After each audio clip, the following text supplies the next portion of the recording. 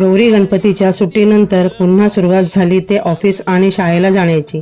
सगळी धावपळच म्हणायची, पण हेल्थमध्ये नो कॉम्प्रोमाइज.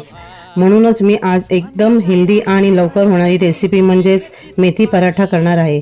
ज्यांना पालेभाजी आवडत नाही किंवा मुलांसाठी टिफिनला काय करावे याची चिंता कशाला, म्हणूनच चला तर बनवूया हेल्दी मेथी पराठा. आमच्याकडे तर हे पराठे सकाळचा नाश्ता बोलू नका किंवा दुपारचं रात्रीचं जेवण बोलू नका, सगळे एका पायावर रेडी. म्हणून चला तर बनवूया हेल्दी पराठा. पहिलं तर मेथीची भाजी निवडून स्वच्छ धुवून कापून घ्यायची. पालेभाज्या या धुवून कापूनच घेतल्या पाहिजे, जेणेकरून जीवनसत्वाची हानी होणार नाही.